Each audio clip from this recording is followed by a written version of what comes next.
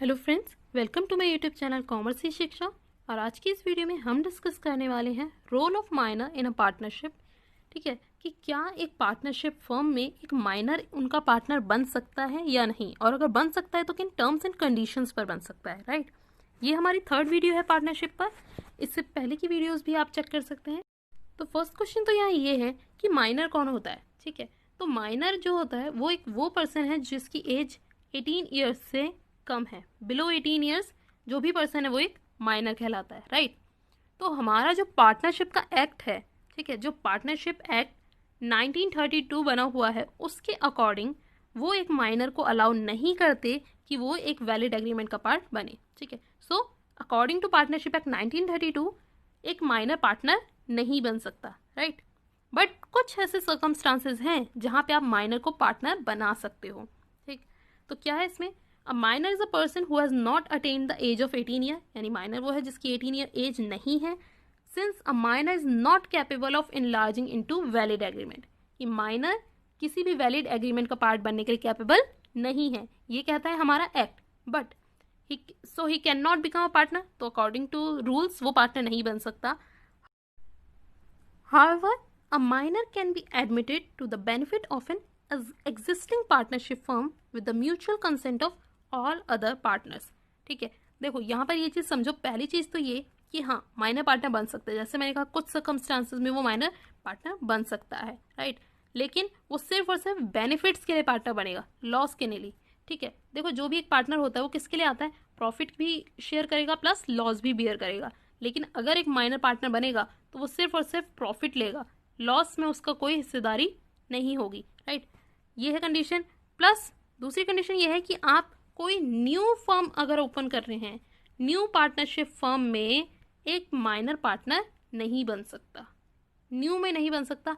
Existing जो चलती आ रही है पहले से, उसमें एक माइनर पार्टनर बन सकता है। राइट, पहली चीज़ तो ये।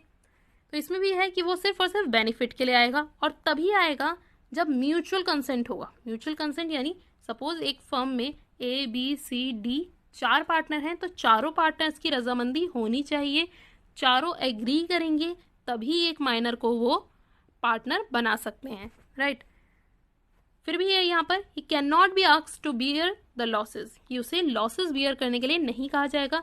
सिर्फ हर ईयर उसका जो भी प्रॉफिट होगा वो उसे दे दिया जाएगा, लॉसेज बियर वो नहीं करेगा। तो वो लॉसेस तो बियर नहीं करेगा, बट इन केस अगर जो पार्टनरशिप फर्म थी वो क्लोज हो रही है, ठीक है, वो बंद हो रही है, उसमें ज़्यादा लॉस हो गया, अब उसे चला नहीं पा रहे, वो इस कंडीशन में नहीं है, तो उसे क्लोज किया जा रहा है। ठीक है, क्लोज करते टाइम हमें क्या करना होता है, हमें अपने सारे डेट क्या करने होते हैं, पे करने होते हैं। डेट आपको पे करने हैं, बट जितने भी एग्जिस्टिंग पार्टनर थे उन्होंने अपनी कैपिटल भी दे दी। ठीक है, उसके बाद भी वो डेट पे नहीं हुए, तो उस कंडीशन में क्या किया जाता है, हर एक पार्टनर की अनलिमिटेड लाइबिलिटी होती है। राइट, अनलिमिटेड लाइबिलिटी यानी उन्हें अपनी पर्सनल असेट्स देकर भी इस डेट को पे करना पड़ेगा।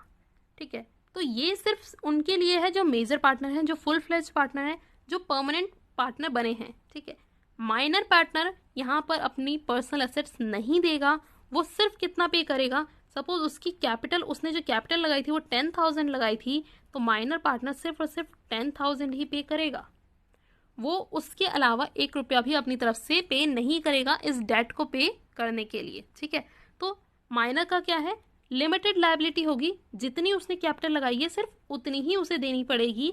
इन केस डेट पे करने हैं और आपको अपनी पर्सनल एसेट्स देनी है तो वो लायबल नहीं है।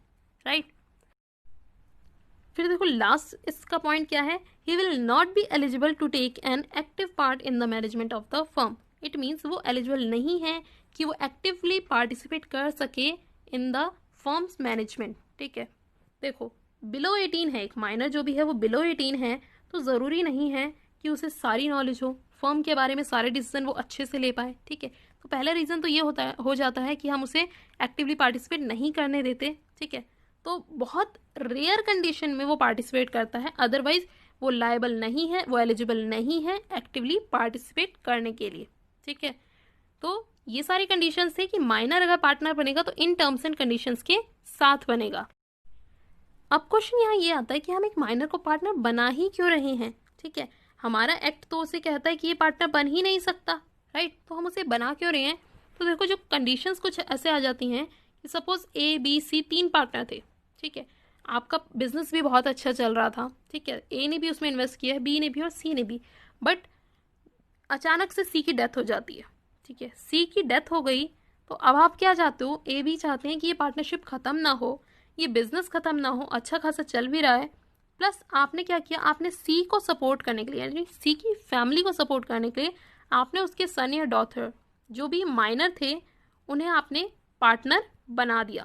थे तो वो माइनर, कोई भी हो सकता है उसकी फैमिली का पार्ट, माइनर था, बट आपने क्या किया, ठीक है हम इसे पार्टनर बना लेंगे, हम इसे माइनर पार्टनर बना लेंगे, क्योंकि ना तो वो फर्म को ख़त्म करना चाहते हैं, बिजनेस अच्छे से चलाना चाहते हैं, प्लस वो C को भी सपोर्ट करना चाहते हैं, उसकी फैमिली को सपोर्ट करना चाहते हैं, इसलिए उन्होंने माइनर को चांस दिया। ठीक है, तो ऐसी कुछ कंडीशंस आ जाती हैं जहाँ पे आप माइनर को चांस दे देते हो। ठीक, अब यहाँ पर एक और क्वेश्चन आता है कि माइनर कब तक पार्टनर रहेगा।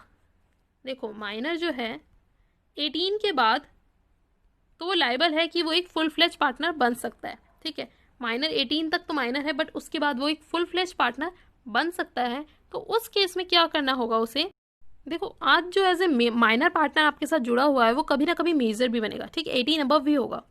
तो 18 अबव होने के बाद ये उसी पर डिपेंड करता है कि वो कंटिन्यू करना चाहता है पार्टनरशिप या नहीं।